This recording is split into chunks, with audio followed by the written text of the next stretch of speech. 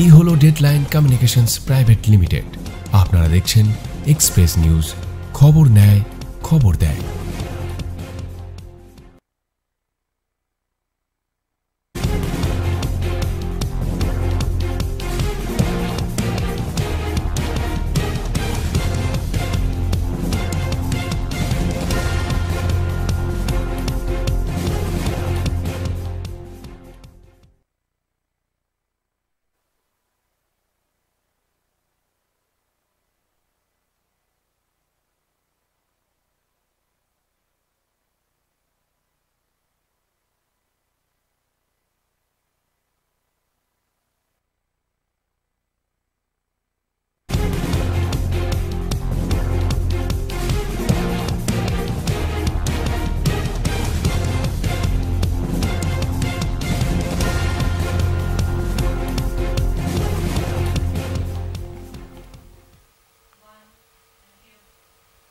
নমস্কার, এক্সপ্রেস নিউজে আপনাদের স্বাগত। আমি রয়েছি আপনাদের সাথে সুকন্যা।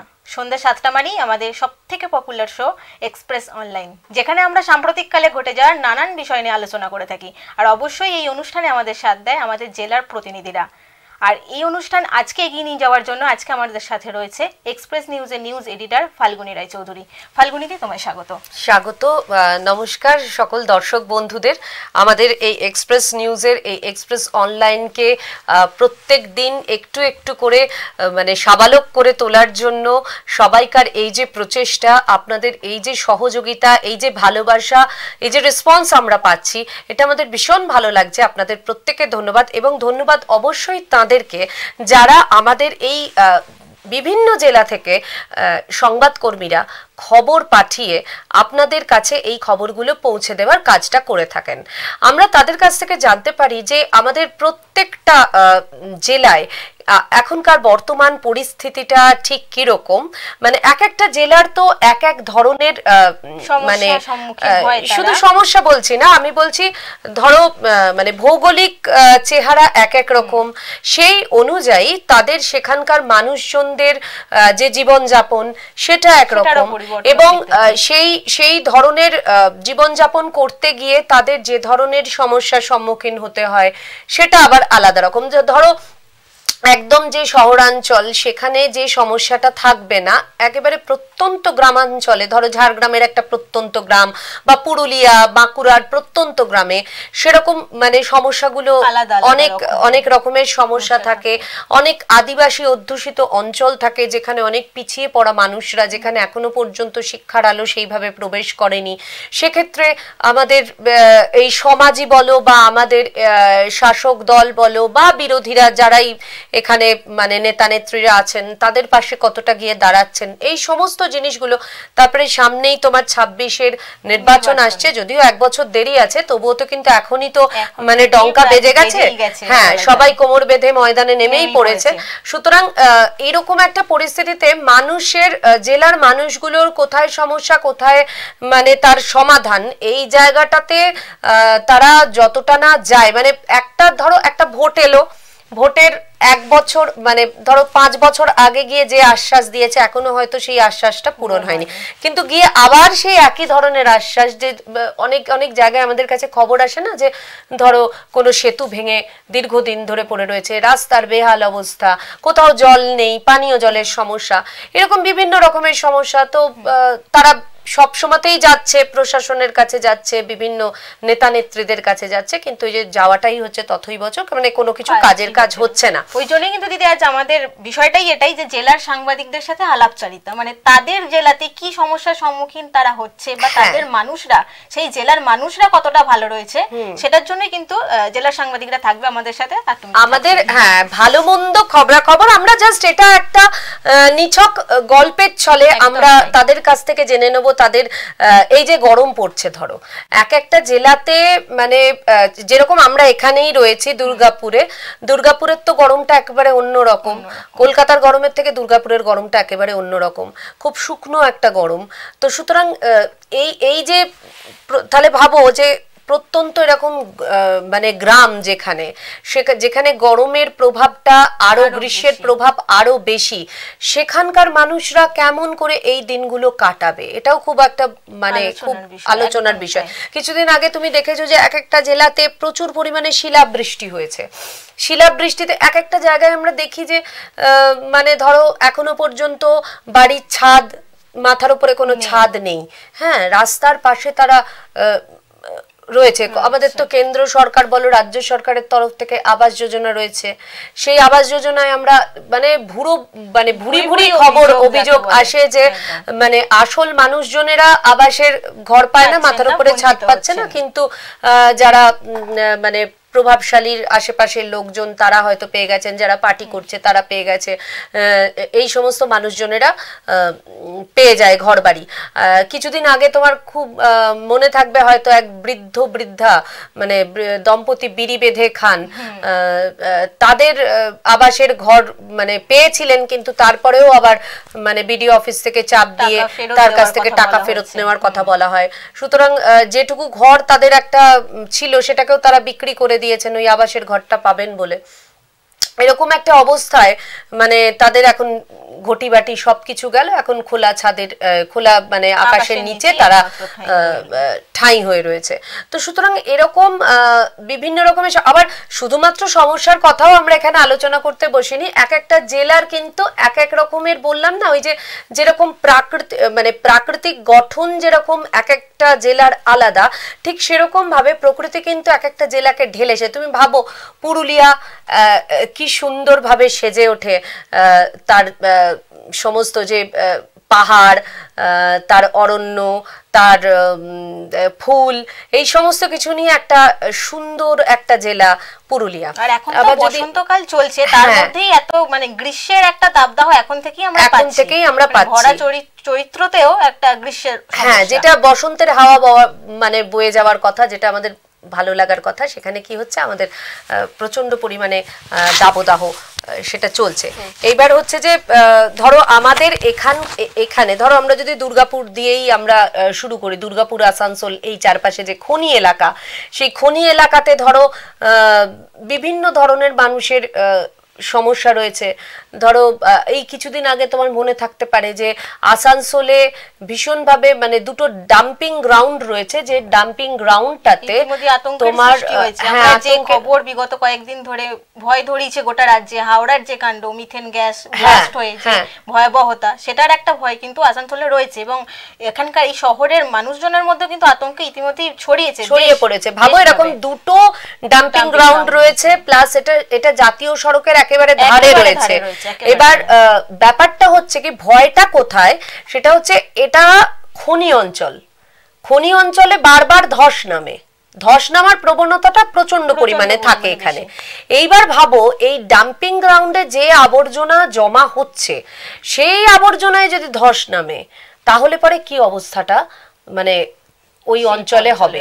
এরকম যেরকম আসানসোলে রয়েছে, দুর্গাপুরে যেরকম তোমার এই কিছুদিন ধরে তোমার এই জমি দখলকে কেন্দ্র করে বিভিন্ন রকমের আলাপ আলোচনা আমরা এখানে করেছি, সেটা তো আছেই।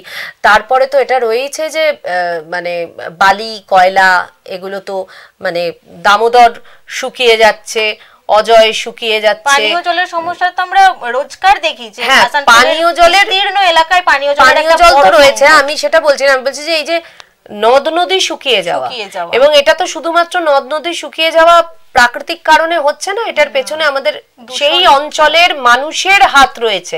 আমরা সেই নদ নদী থেকে আমরা কি করছি, বালি তুলে নিচ্ছি, হ্যাঁ, বালি তুলে নিয়ে সেটাকে একদম পুরোপুরি ভাবে একবারে শেষ করে দিচ্ছি সেই নদ নদীগুলোকে। সুতরাং এইভাবে চলতে থাকলে, এইভাবে যদি আমরা প্রকৃতিকে ধ্বংস করতে থাকি, তুমি খুব মানে দেখবে এই কদিন আগে বিভিন্ন জঙ্গলে প্রচুর আগুন লেগেছিল, দেখবে আগুন লাগাতে। আচ্ছা, দীপজয় মাহালি আছে আমাদের সাথে, দীপজয় মাহালি। হ্যালো, হ্যাঁ দীপজয়, শুনতে পাচ্ছ? হ্যালো, হ্যাঁ, স্বাগত তোমাকে এক্সপ্রেস অনলাইনে।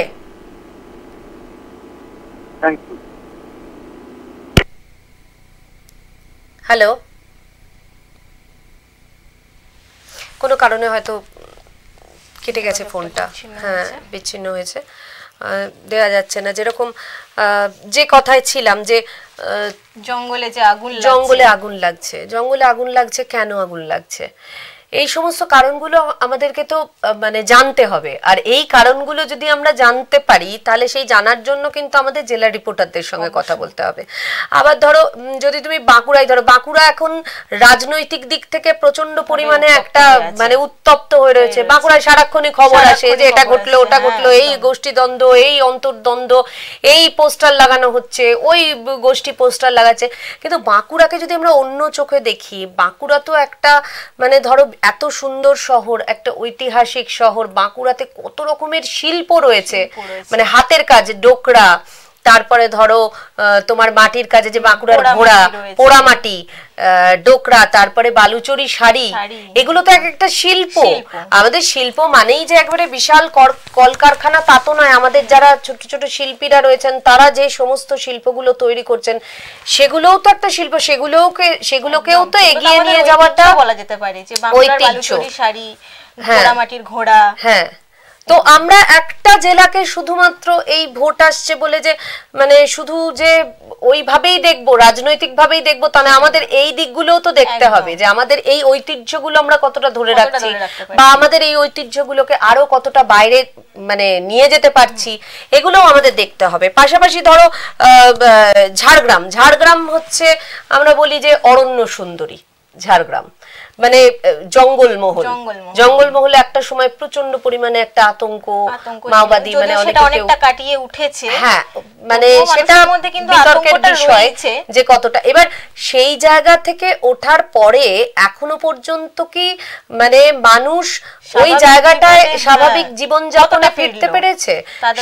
হ্যাঁ, তারা কি এখনো আতঙ্কে দিন কাটাচ্ছে? এই কথাগুলো বলার জন্য তো আমাদেরকে মানে জেলা রিপোর্টারদের সঙ্গে কথা বলতে হবে, যারা গ্রাউন্ড জিরোতে নেমে কাজ করছে তাদের সঙ্গে কথা বলতে হবে।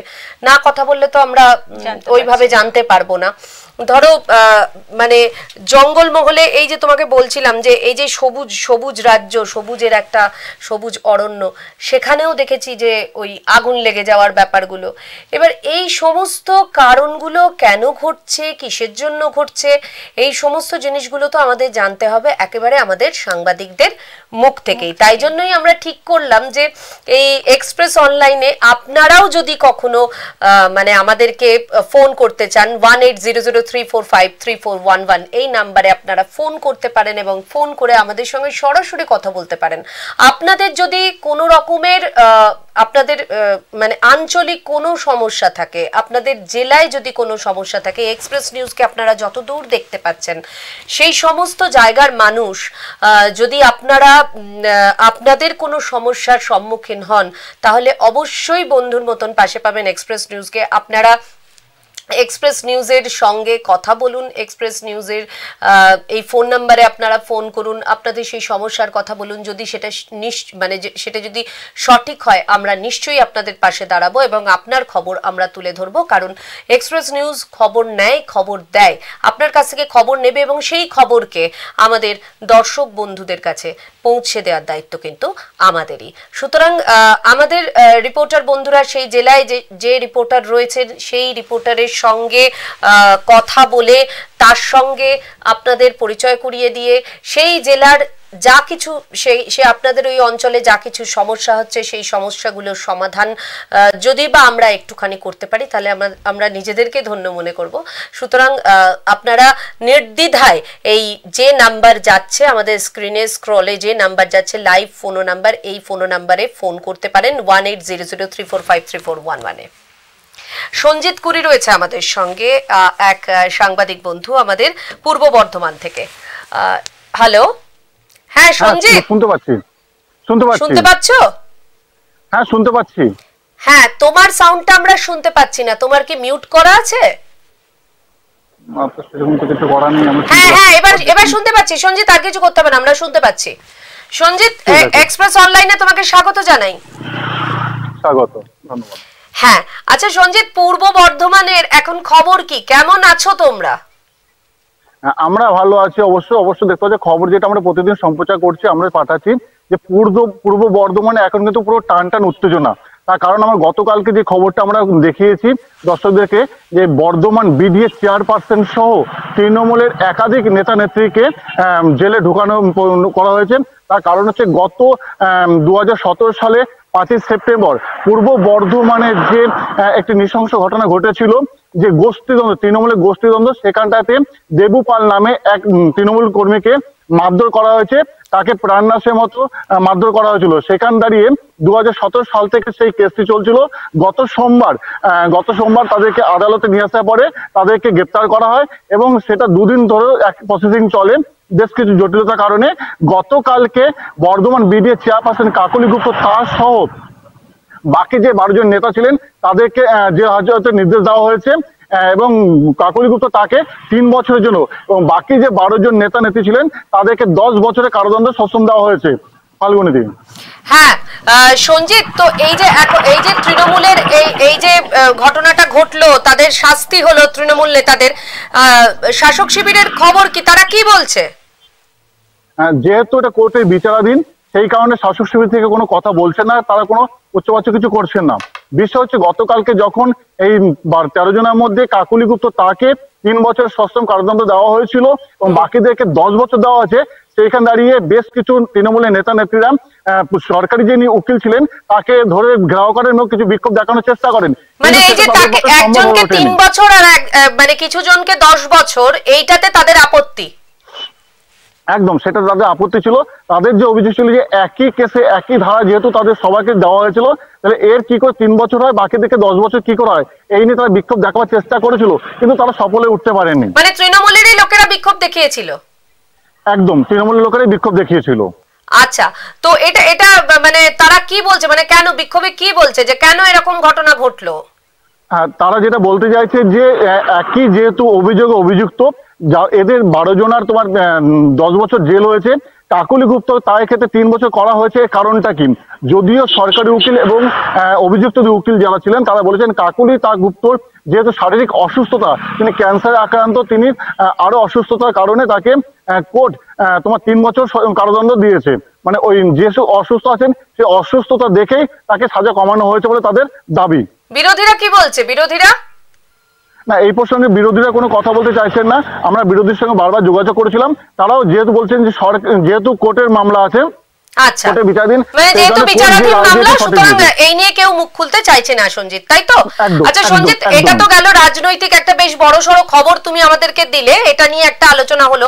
তো সঞ্জিত, আমরা সবাই তো জানি যে পূর্ব বর্ধমান হচ্ছে চালের বাটি। হ্যাঁ, মানে এখানে তো মানে প্রচুর পরিমাণে ধান চাল এটা উৎপাদন হয়, তো সেটার উৎপাদনের ক্ষেত্রে মানে কৃষকদের কি অবস্থা আমি জানতে চাইছি। কৃষকদের অবস্থা হচ্ছে যেহেতু কদিন আগে বৃষ্টি হয়েছে, বৃষ্টিতে যে তারা আলু চাষ করেছিলেন, আলু চাষে ব্যাপক ক্ষতি হয়েছে এবং আলু বাজারে যে মূল্যটা পাওয়া যাচ্ছে সেই হিসেবে তারা কিন্তু সেই মূল্যটা পাচ্ছে না, যার ফলে চরম সমস্যা পড়ছেন পূর্ব বর্ধমানের কৃষকেরা। হ্যাঁ, তাই বলছে আলু চাষে ব্যাপক একটা ক্ষতি হয়েছে, বিভিন্ন জায়গা থেকে খবর উঠে এসেছে। তো ওরা খুব মানে কৃষকরা চাইছিল যে সরকার তাদের পাশে এসে দাঁড়াক, তাদের একটা মানে ঠিকঠাক একটা দাম মানে নির্ধারণ করে দিক এবং যারা আলু কিনবে মাঠে গিয়ে তাদের সঙ্গে একটা সমঝোতা হোক। এরকম কি কোনো জায়গায় এসেছে? না, সেরকম কিন্তু এখনো পর্যন্ত কোনো জায়গায় সরকারি পক্ষ থেকে কোনো লোকজন যায়নি। তবে কয়েকটা জায়গায় যেমন জামালপুর বলো, জামালপুরে কিন্তু সরকারি কয়েকজন দেখতে গিয়েছিল যে আলুর পরিস্থিতি কিরকম আছে, তারা দেখে জাস্ট নোট করেছেন, কিন্তু সেরকম কোনো এখনো প্রতিশ্রুতি দেয়নি বলে অভিযোগ কৃষকদের। আচ্ছা, ধন্যবাদ সঞ্জিত, সঙ্গে থাকো। পূর্ব বর্ধমানের আরো অনেক খবর তোমার কাছ থেকে পরবর্তী ক্ষেত্রে আমরা নেবো। আর গরম কেমন পড়েছে ওখানে? না, গরম মোটামুটি শুরু হয়েছে, এখনো পর্যন্ত তেমন তীব্র গরমটা পড়েনি। তবে এই মুহূর্তে যে গরমটি আছে, যদিও দুপুরের পর থেকে ব্যাপক গরম দেখা দিচ্ছে, সন্ধ্যের দিক করে আবার হালকা ঠান্ডাও আছে, কিন্তু যেই গরমটা বৈশাখ জ্যৈষ্ঠ মাস করে হয় এখনো পর্যন্ত সেরকম গরম বর্ধমানে এখনো পড়েনি। আচ্ছা, পূর্ব বর্ধমানে এখনো সেরকম গরম পড়েনি, কিন্তু মানে আগের থেকে গরম একটু বেশি, তাই তো? বেশি হয়েছে, বেশি হয়েছে। আচ্ছা, ঠিক আছে, ধন্যবাদ সঞ্জিত আমাদের সঙ্গে থাকার জন্য, কথা বলার জন্য অসংখ্য ধন্যবাদ। আমরা শুনলাম যে পূর্ব বর্ধমানে খুব একটা বেশি গরম পড়েনি, আমাদের এখানে বেশ বাইরে বেরোলেই মানে ছাকা দিচ্ছে, একদম গা পুড়ে যাওয়ার মতন একটা অবস্থা এখনই, কিন্তু লোকজন যেটা চারপাশের বলছে যে এর থেকেও নাকি অনেক বেশি গরম পড়বে আরো, সুতরাং তার জন্য আমাদের প্রস্তুত থাকতে হবে, প্রচুর পরিমাণে জল টল খেতে হবে, মানুষজনকে অনেক সতর্ক থাকতে হবে। সঞ্জিতের সঙ্গে কথা বলে যেরকম দেখলাম আমরা যে পূর্ব বর্ধমান কিন্তু বেশ রাজনৈতিকভাবে এখন উত্তপ্ত, গরম যেরকম মানে অল্প অল্প অল্প স্বল্প করতে করতে রাজনৈতিক গরম কিন্তু একেবারে চড়ছে। হ্যাঁ, আর সঞ্জিতের সঙ্গে কথা বলে আরেকটা জিনিসও জানলাম যে কৃষকদের অবস্থা পূর্ব বর্ধমানে খুব একটা ভালো নয়। যদি আমরা জানি যে পূর্ব বর্ধমান কিন্তু কৃষি প্রধান অঞ্চল, এবং কৃষি প্রধান অঞ্চল শুধু বলবো না, মানে বর্ধমান হচ্ছে একেবারে ধানের গোলা, এবং সেটাই হচ্ছে মুখ্য আমাদের এই রাজ্যের একটা মুখ্য কৃষক, মানে সেখান থেকে ধান বলো, মানে সবজি বলো, আলু, সমস্ত কিছু একটা, হ্যাঁ গোলা বলা যায়, হ্যাঁ পূর্ব বর্ধমানকে। তো সেই জায়গাটাতে দাঁড়িয়ে কৃষকরা ভালো নেই, এটা শুনে আমাদের বেশ খারাপই লাগলো। অন্ততপক্ষে সরকারের এগিয়ে এসে তাদের পাশে দাঁড়িয়ে তাদের যা যা কিছু সমস্যা রয়েছে সেই সমস্যাগুলোর সমাধান করে দেওয়া, এটা বোধহয় শাসক দলেরই এটা দায়িত্ব, সুতরাং দায়িত্ব বর্তায়। সুতরাং এটা যত তাড়াতাড়ি হবে আমাদের এই শস্য ভান্ডার, এবং তা মানে এই শস্য ভান্ডারকে সংরক্ষণ করেন যারা যারা সারা বছর ধরে খেটে চলেছেন এই শস্য ভান্ডার তৈরি করার জন্য, সেই সমস্ত কৃষক বন্ধুরা যদি একটু ভালো থাকেন, তারা যদি একটু ঠিকঠাক দাম পান। এরকম হচ্ছে যে মাঠে আলু পচে যাচ্ছে, হ্যাঁ মাঠে সমস্ত সবজি পচে যাচ্ছে, ঠিকঠাক দাম পাচ্ছে না বলে তারা বিক্রি করতে পারছে না, এরকম বিভিন্ন সময় বিভিন্ন ছবি আসে। সেরকমই একটা কিন্তু বাঁকুড়াতেও খুব দেখা দিয়েছে। তোমাকে জানিয়ে রাখি, কয়েকদিন আগেই একটা এরকম নিউজ আমরাই দেখিয়েছিলাম, আমরাই সম্প্রচার করেছিলাম যে হিমঘরে মাত্র একজন চাষিদেরকে 20 বস্তা করে আলু রাখার অনুদান দিয়েছে রাজ্য সরকারিভাবে, কিন্তু তাদের দাবি যে আমরা 5-6 বিঘা এমনকি 8-9 বিঘা জমিতেও চাষ করেছি, তাহলে বাড়তি আলু আমরা কোথায় সংরক্ষণ করব? সেক্ষেত্রে একটা বড় সমস্যার সম্মুখীন হচ্ছে, মানে ওই মানে আলুগুলো তো পচে যাবে, আলুগুলো তো ফেলে রাখতে হবে, কোথায় রাখবো? সেক্ষেত্রে যদি সরকার প্রশাসন যদি কোনোভাবে তাদের সাহায্য করে, তারা বারবার জানাচ্ছেন যে হিমঘরের যে কোয়ান্টিটি, মানে রাখার মাত্রাটা বাড়ানো, মানে 20 বস্তার জায়গায় যাতে আরো বেশি করে আমরা বেশি করে রাখা যায়।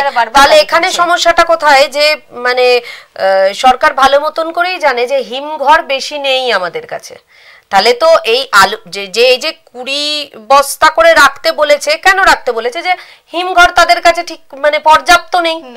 তাহলে যদি কৃষকদের পাশে দাঁড়াতেই হয় তাহলে তো হিমঘর বাড়াতে হবে, কিন্তু সেটা কে করবে? এখানেই তো সমস্যা। মানে আমরা ওপর একটা দেখি, কিন্তু একদম ভেতরে গিয়ে আমরা তো এই বিষয়গুলো বিশ্লেষণ করছি না। এদিকে কৃষকরা কাঁদছে, এদিকে কৃষকরা মানে একটা জমিতে ফসল ফলানোর জন্য এখন যা কিছু বীজের বলো, সারের বলো, যে পরিমাণে দাম বেড়ে গেছে, সেগুলো কিনতে গিয়ে তারা নাজেহাল। দ্বিতীয় কথা হচ্ছে তারা বিভিন্ন জায়গা থেকে লোন নিচ্ছে। এবার যখন গিয়ে সারা বছর খেটে যখন ওই তোমার এই রকম একটা অবস্থা হচ্ছে, জমিতেই শস্য পচে যাচ্ছে, তখন তো তাদের আর মানে কোনো রকমের কোনো গতি থাকছে না। মানে তারা তো আর কিছু মানে এগোবে না পিছবে, কুল কিনারা নেই তাদের কোনো, মানে শুধুমাত্র কান্না ছাড়া আর কোনো রকমের উপায় নেই। তো সুতরাং এই জিনিসগুলো হয়তো বা সরকারের দেখার দরকার আছে যে এই জিনিসগুলো কিভাবে কৃষক বন্ধুদের পাশে থেকে আমাদের এগুলো তো রাজ্যের একটা অ্যাসেট, এই সমস্ত জিনিসগুলোকে আরো বেশি করে সুন্দরভাবে সংরক্ষণ করার, যে এটা বললে যে হিমঘর তো সংরক্ষণ করারই, যেটা আমাদের পর্যাপ্ত থেকে যাচ্ছে, আমাদের বাইরে পাঠিয়েও বা আমাদের রাজ্যে যেটুকু দরকার সেটা করে যেটুকু মজুত করার জন্য, সেই মজুত করার জন্য যে ব্যবস্থাটা নেওয়া দরকার সেই ব্যবস্থাটা হয়তো এখনো পর্যন্ত পর্যাপ্ত পরিমাণে করতে পারেনি বলেই তাই জন্য কৃষকদের একটা বেঁধে দিয়েছে যে 20 বস্তাই রাখতে পারবে, তার বেশি রাখতে পারবে না। তো সুতরাং এই জায়গাগুলো একটা তো দেখা খুবই দরকার। তো যেটা বলছিলাম যে আমাদের যেরকম পূর্ব বর্ধমান থেকে আমাদের একজন সাংবাদিক বন্ধু পূর্ব বর্ধমানের খবর দিলেন, এরকমই বিভিন্ন জেলা থেকে আমাদের সাংবাদিক বন্ধুরা তারা আমাদেরকে এরকমভাবেই তাদের জেলার হাল হকিকত আমাদেরকে জানাবেন। কেননা আমাদেরকে জানানো মানেই আপনাদের কাছে সরাসরি সেই খবরটা পৌঁছে যাওয়া। একটা খবর ধরুন আসে, সেগুলোকে তৈরি করে আপনাদের কাছে আমরা মানে পাঠাই, কিন্তু ওই যে একেবারে গ্রাউন্ড জিরো থেকে সংবাদ মানে কর্মীদের মুখ থেকে যদি আপনারা সেই জেলার খবরাখবর শোনেন, তাহলে মনে হয় এটা মানে আলাদা একটা মাত্রা পায়। সেই কারণেই আমরা ঠিক করলাম যে প্রত্যেক দিন তো একটা বিভিন্ন বিষয় নিয়ে বা বিভিন্ন ইস্যু নিয়ে আমরা আলোচনা করি, তা এইরকম একটা আলাপচারিতা করলে বোধহয় ভালো হয় যে আমরা আমাদের মানে সংবাদ কর্মীদের সঙ্গে আমরা কথা বলে আমরা সেখানকার জেলার যে ধরনের ঘটনাগুলো এখন ঘটছে বা জেলার ঐতিহ্য, জেলার সংস্কৃতি, কত জেলাতে কত মানে তোমার ঐতিহাসিক ঐতিহাসিক জায়গা বলতে বলতে কোচবিহারের সাংবাদিক বন্ধু আমাদের সঙ্গে ফোনে রয়েছেন। হ্যালো, হ্যালো, লাইভে আসবে দীপজয় বর্মন, কোচবিহার। দীপজয় শুনতে পাচ্ছ? হ্যাঁ দীপজয় শুনতে পাচ্ছ? দীপজয় তুমি লাইনে এসে গেছো, মানে তুমি ইয়েতে ভিডিওতে তোমাকে আমরা দেখতে পাচ্ছি, তুমি কি আমাদের কথা শুনতে পাচ্ছ দীপজয়? কোচবিহার থেকে দীপজয়, কোচবিহার থেকে দীপজয় বর্মন আমাদের সঙ্গে যুক্ত হয়েছে। কোচবিহার থেকে দীপজয় বর্মন, শুনতে পাচ্ছ দীপজয়?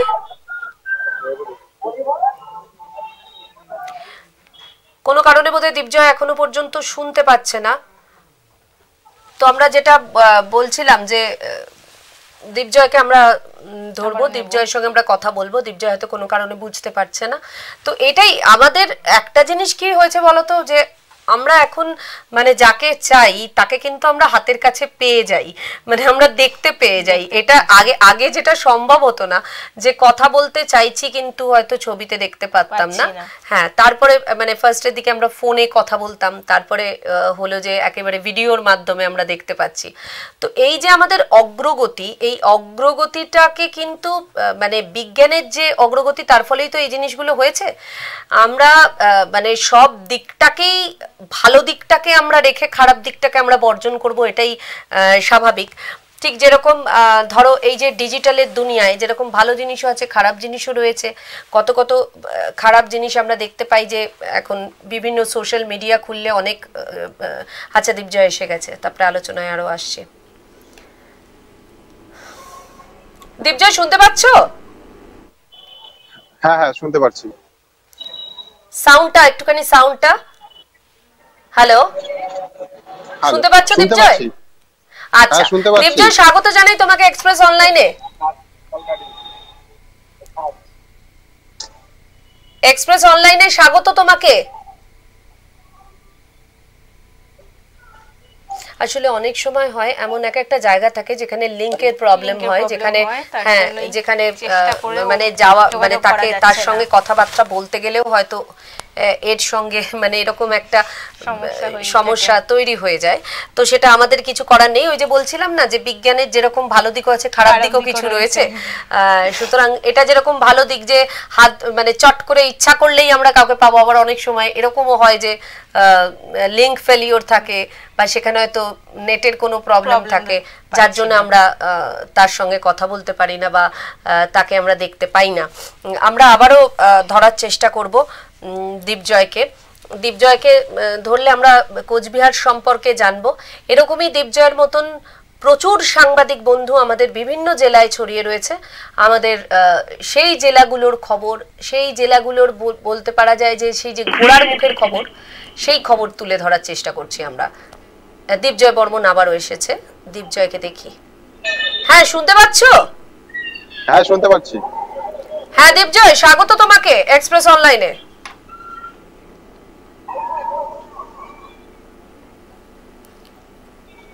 হ্যাঁ দীপজয়, কোচবিহারের অবস্থা কি এখন, কেমন আছে কোচবিহার?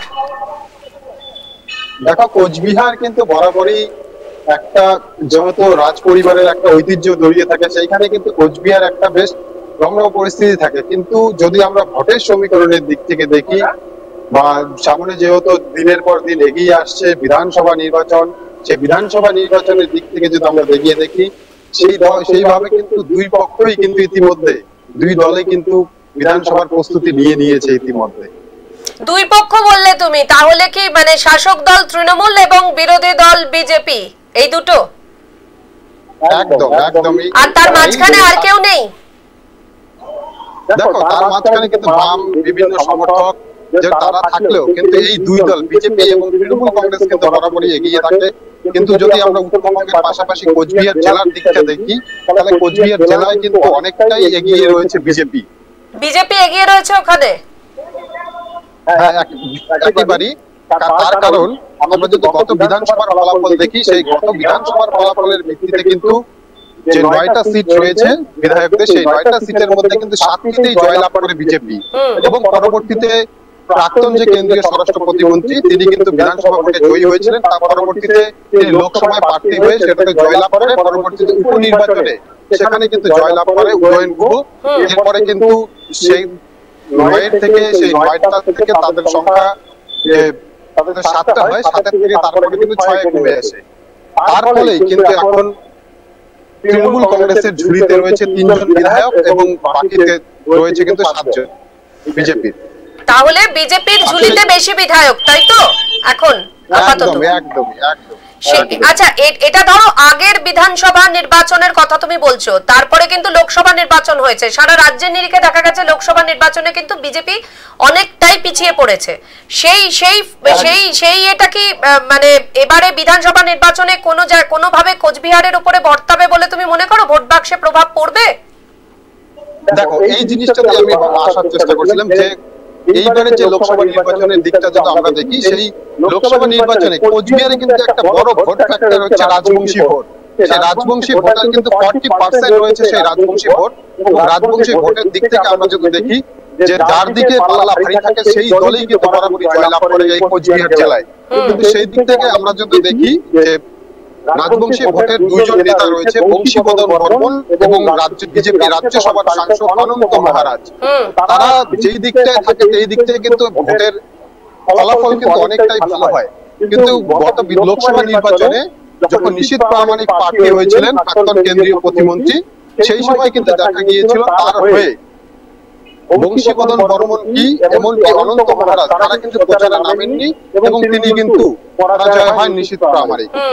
কিন্তু এইবারে যদি বিধানসভায় দেখা যায়, এইবার বিধানসভায় কিন্তু যে তৃণমূল কংগ্রেস কিন্তু ইতিমধ্যে জনসংযোগ কর্মসূচিতে ঝাঁপিয়ে পড়েছে, কিন্তু সেই দিক থেকে বিজেপি কিন্তু কিছুটা হলেও পিছিয়ে রয়েছে। বিজেপির জেলা সভাপতি ঘোষণা হলেও তাদের কর্মসূচি নেই বলে দাবি করছে বিজেপির কর্মী সমর্থকরা। তাদের কিন্তু মনোবল অনেকটাই ভেঙে যাচ্ছে। তার ফলে কিন্তু একটা চিন্তাবাজ বিজেপি কর্মীদের পড়ছে যে তার এবার তাহলে ফলাফলটা কি হতে চলেছে। কিন্তু যদিও বিজেপি কোচবিহার জেলার নেতাদের দাবি তাদের কিছুদিনের মধ্যে তারা জোর কদমে এই প্রচার প্রক্রিয়ায় নামতে চলেছে। মানে সংগঠনটা এখনো নড়বড়ে বলছো, তাই তো? একদম। এখনো সাংগঠনিকভাবে তারা গুছিয়ে উঠতে পারেনি, তবু তারা দাবি করছে যে তারা এবারে বিধানসভা নির্বাচনে বেশ ভালো ফলাফল করবে। হ্যাঁ, একদমই। তারা কিন্তু বিজেপি নেতারা দাবি করছে যে তারা এইবারে বিধানসভা নির্বাচনে তারা কিন্তু ব্যাপক রেকর্ড সংখ্যক ভোটে 9টা সিট তারা এবার বিজেপি। আচ্ছা, ওখানেও কি বিজেপির মূল এজেন্ডা হিন্দুত্ববাদ? ধর্মে কি শান দিয়ে বিজেপি মানে ভোট বাক্সে ভোট টানতে চাইছে? কোচবিহারেও কি তাই?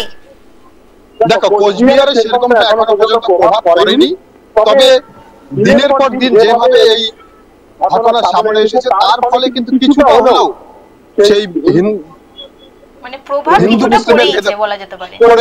একদম। আরেকটা প্রশ্নে আসবো তোমার কাছে, তোমার জেলায় কর্মসংস্থান কি রকম? ঠিক যুবক যুবতীদের মধ্যে কর্মসংস্থানের দিকটা তোমার এলাকার বা তোমার জেলার প্রশাসন কি চোখে দেখছে?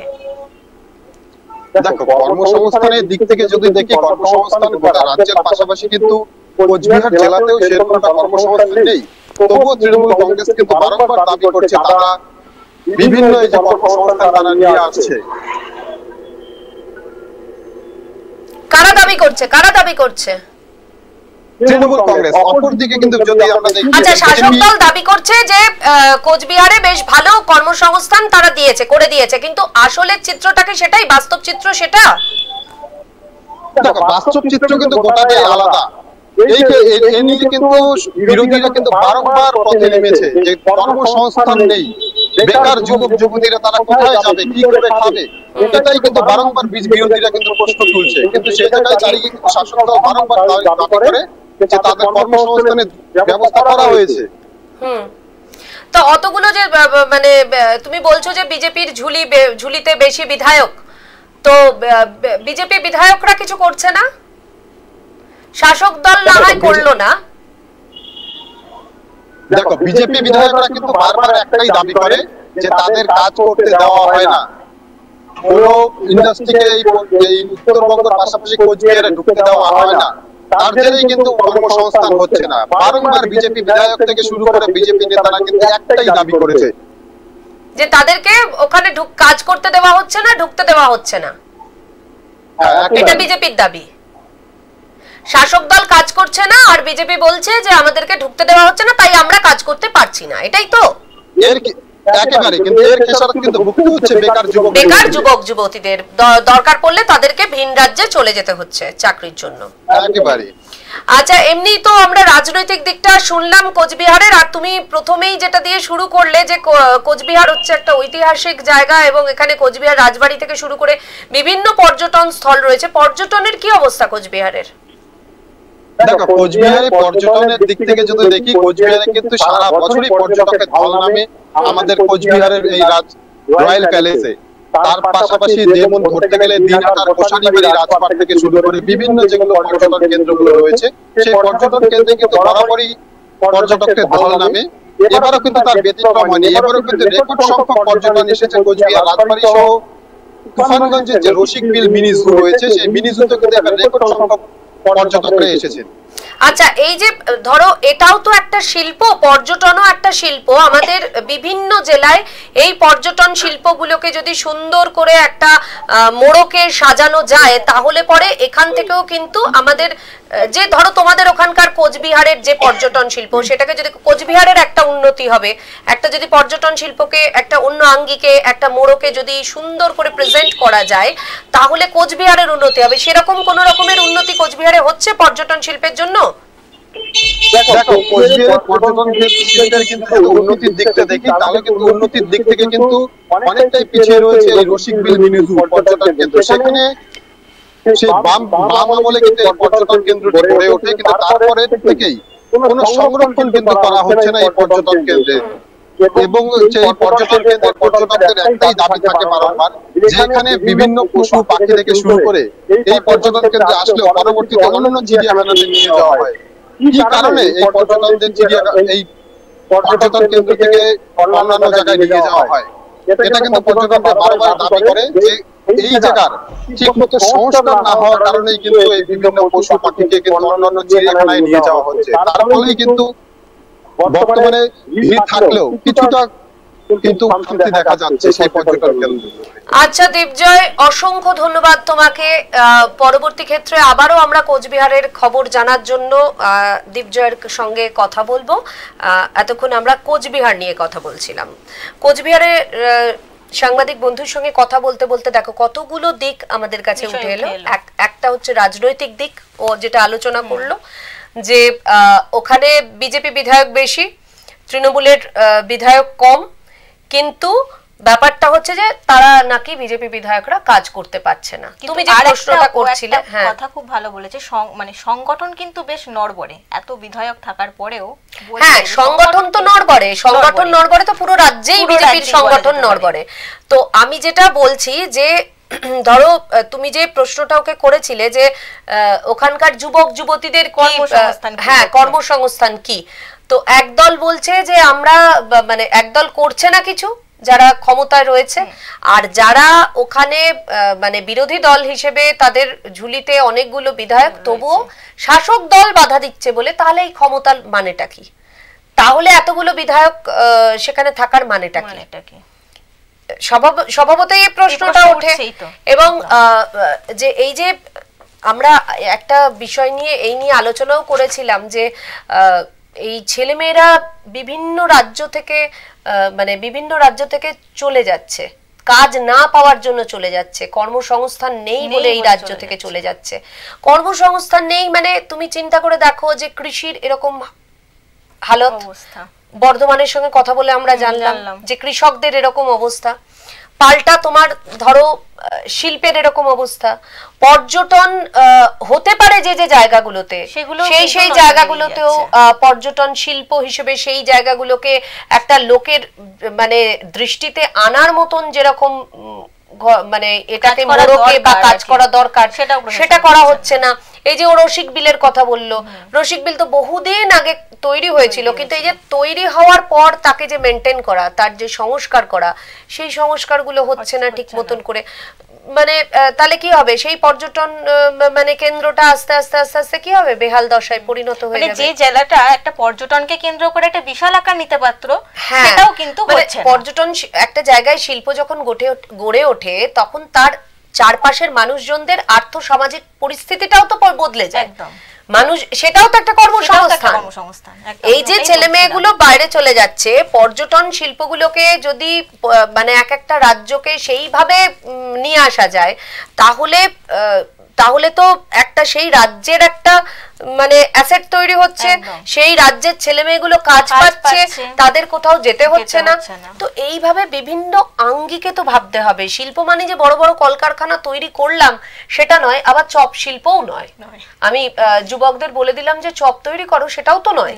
আবার যে একদম তোমাকে মানে বিশাল কিছু করতে হবে তাও নয়, কিন্তু এমন একটা কিছু করে ভাবতে হবে যেটাতে আমাদের ছেলে মেয়েগুলো, বেকার যুবক যুবতীরা যাতে কাজ পায়, যাতে তাদেরকে বাইরে যেতে না হয়।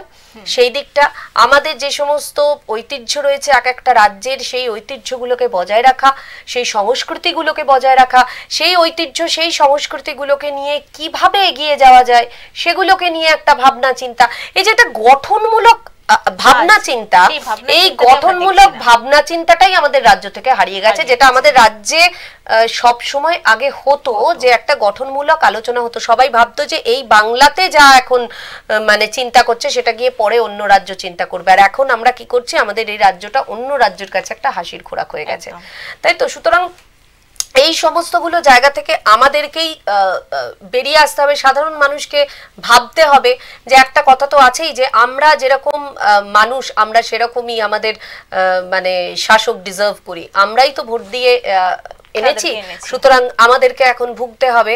এবং বিরোধীদের কথাও বলবো, যারা বিরোধী উল্টো দিকে রয়েছেন, তাদেরও একটা দায়িত্ব থাকে, যে দায়িত্বটা হচ্ছে শাসক দলকে কাজ করতে বাধ্য করা।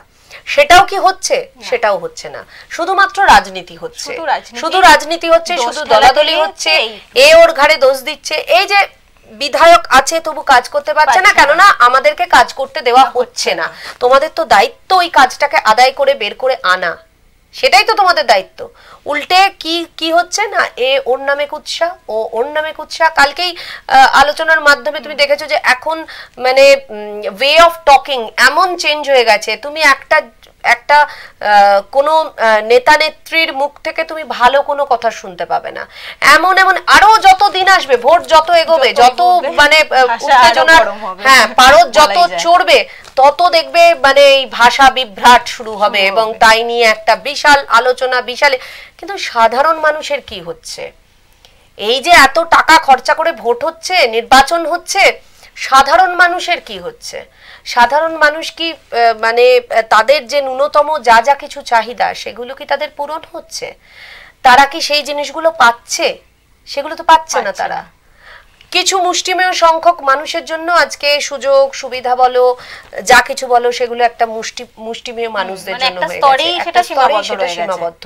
কিন্তু আরেকটা যে স্তর রয়েছে, যে স্তর, সেই স্তরের সংখ্যাটা অনেক বেশি, এবং দিন দিন সেই সংখ্যক মানুষের সংখ্যাটা আরো বেড়ে যাচ্ছে, এবং তারা দিন দিন কিন্তু মানে আরো বঞ্চনার দিকে চলে যাচ্ছে, আরো সমস্ত ক্ষেত্রে। মানে তুমি শিক্ষা বলো, স্বাস্থ্য বলো, তুমি মানে চাকরি বাকরির কথা বলো, পরিষেবা বলো, যে কোনো ধরনের পরিষেবা। তুমি একটা জিনিস চিন্তা করে দেখো, বিভিন্ন রাজ্যে আজকে বলা হয় যে সুপার স্পেশালিটি হসপিটাল তৈরি হয়েছে, কিন্তু আজকে কেন সেই জায়গায় চিকিৎসা হচ্ছে না? কেন রেফার করতে হচ্ছে কলকাতার বড় বড় হাসপাতালগুলোতে?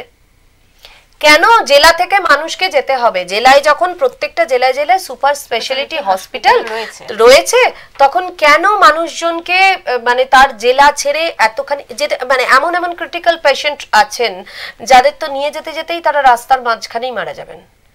তাহলে এই শুধুমাত্র বিল্ডিং খাড়া করে কি লাভ যদি সেখানে গিয়ে পরিষেবাই না পেল মানুষ? এবং এক একটা হসপিটাল, এক একটা স্বাস্থ্য কেন্দ্রের এমন অবস্থা, আমরা আমাদের কাছে নিউজগুলো তো আসে, তোমরাও দেখো, তোমরা নিউজগুলো করো তখন দেখো যে এমন এমন স্বাস্থ্য কেন্দ্র রয়েছে যেখানে মানে ডাক্তার নেই, যে মানে যারা মানে অ্যাসিস্ট্যান্ট রয়েছেন তারা স্বাস্থ্য কেন্দ্র চালাচ্ছেন।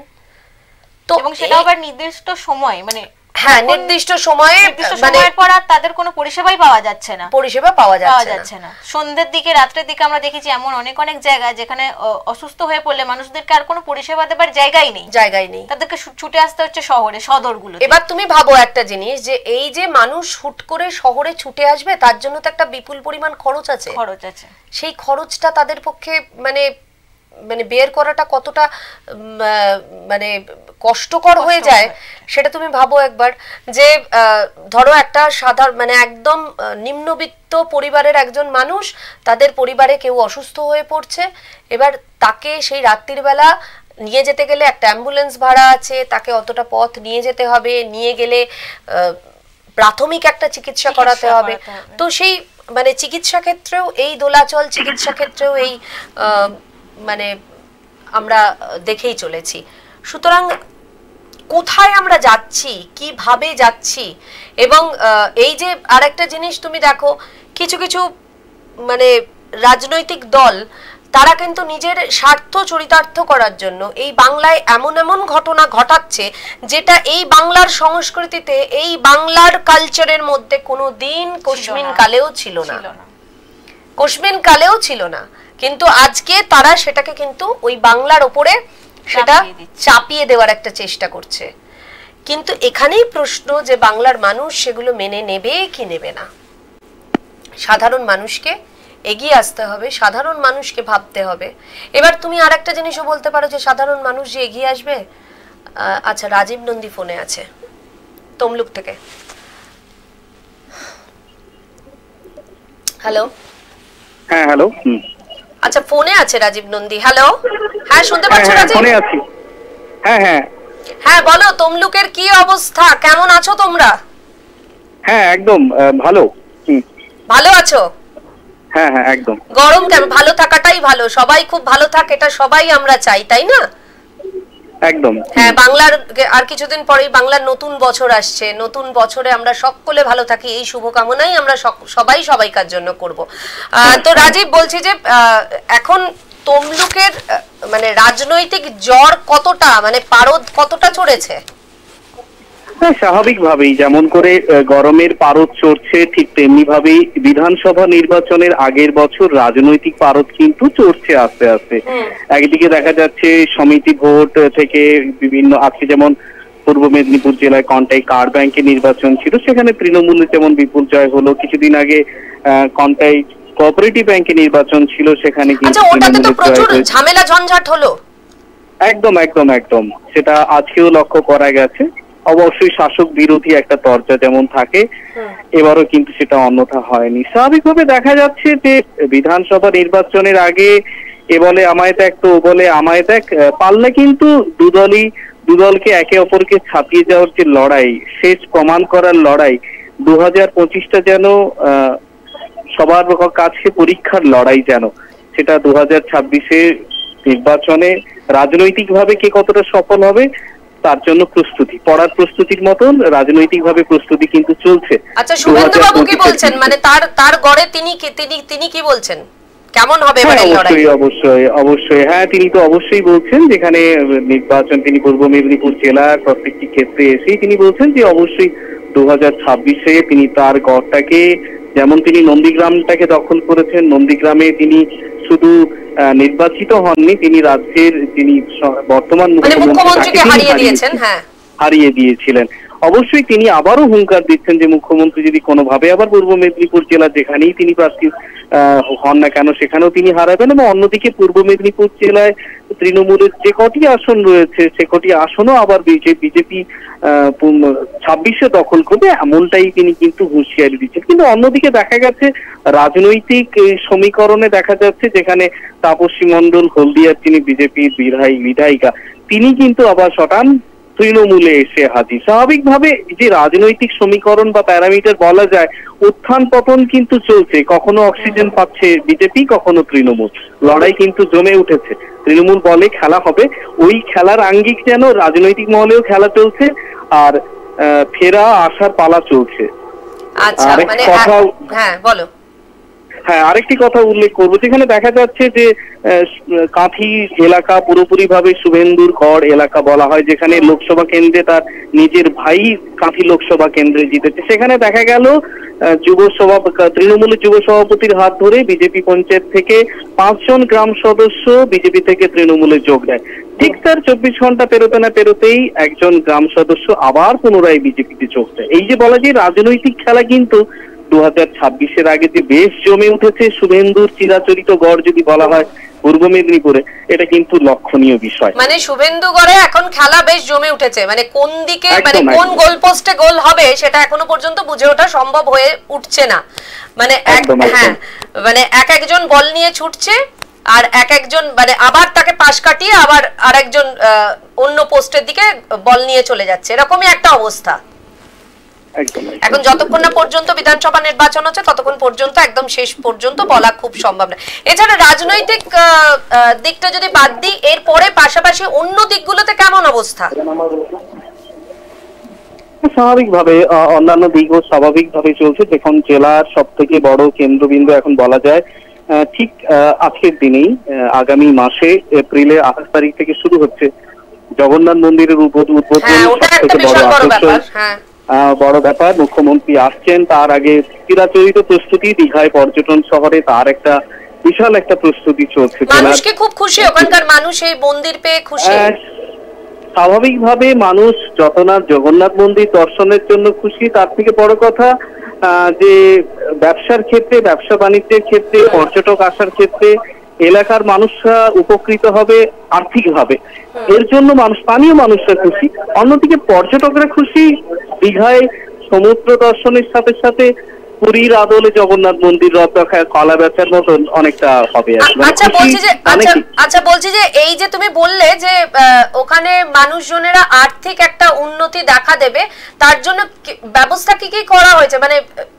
মানে ওখানকার যুবক যুবতীদের কিছু কি মানে স্পেশাল কোনো ব্যবসার ক্ষেত্রে কিছু মানে সুযোগ সুবিধা দেওয়া হয়েছে? হ্যাঁ, জগন্নাথ মন্দিরকে কেন্দ্র করে এমনি তো স্বাভাবিকভাবে পর্যটন এলাকায় অনেক স্টল ছিল, সরকারি স্টল, তার সাথে সাথে আরো অনেক স্টল বাড়ানো হয়েছে। জগন্নাথ মন্দিরের চারিদিকে আরো বিশেষ বিশেষ স্টল তৈরি করা হয়েছে, যাতে বিভিন্ন যারা বেকার যুবক যুবতীরা আছেন তারা সেই স্টলে বসে ব্যবসা করতে পারে। অর্থাৎ মন্দির কেন্দ্রিক একটা যে বলা যায় ব্যবসা, সেটা কিন্তু যে হবে তার দিকে লক্ষ্য রেখে অনেকটাই কিন্তু এগোচ্ছে বলা যায়। আচ্ছা, আমরাও চাই যে সেখানকার যুবক যুবতীরা পায়, আবার এরকম না হয় যে মানে শাসক ঘনিষ্ঠ লোকজনরাই পেয়ে গেল আর সাধারণ যুবক যুবতীরা পেল না, এরকম যাতে না হয় সেটাই আমাদের আশা থাকবে, যে আসল যাদের দরকার তারাই যাতে পায়। একদম একদম। হ্যাঁ, ধন্যবাদ তোমাকে, অসংখ্য ধন্যবাদ আমাদের সঙ্গে থাকার জন্য। সব জায়গায় কিন্তু যে পর্যটন শিল্প কাজ করছে না সেটাও কিন্তু না, এক একটা জেলায় কিন্তু হচ্ছে। আর এই আশাটাও রাখি যে প্রত্যেকটা জেলায় এবার যে জায়গায় আমরা পর্যটনকে কেন্দ্র করে শিল্প তৈরি করতে পারবো সেগুলোতে আশা রাখি যে প্রশাসন আরো বিশেষভাবে নজর দেবে। আমরা অনুষ্ঠানের একদম শেষ পর্যায়ে চলে এসেছি, এই আলোচনা তো চলতেই থাকবে, শেষ তো আর হবেই না। তো আমরা সব সময় আশা করি যে মানে আশায় বুক বেঁধেই চলি আমরা, ভালো হোক আমাদের রাজ্যের সর্বোপরি, সেটাই আমরা চাই। সুতরাং মন্দির তৈরি হোক, যে যার ধর্ম সে তার পালন করুক, আমাদের প্রত্যেকের বাক স্বাধীনতা থাকুক, আমরা প্রত্যেক জায়গায় আমাদের ছেলে মেয়েরা যারা এখানে আছে সবাই দুধে ভাতে থাকুক, তারা এখানে থেকে তাদের কাজকর্ম এখানে থেকেই করুক। এই সমস্ত জিনিসকে আজকে সামনে রেখে এই সমস্ত জিনিসগুলো হোক।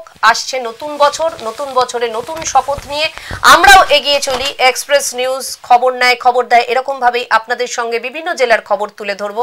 আজকের মতন আমরা বিদায় নিচ্ছি, তাই তো? একদম। সবাই খুব ভালো থাকবেন, সুস্থ থাকবেন। নমস্কার।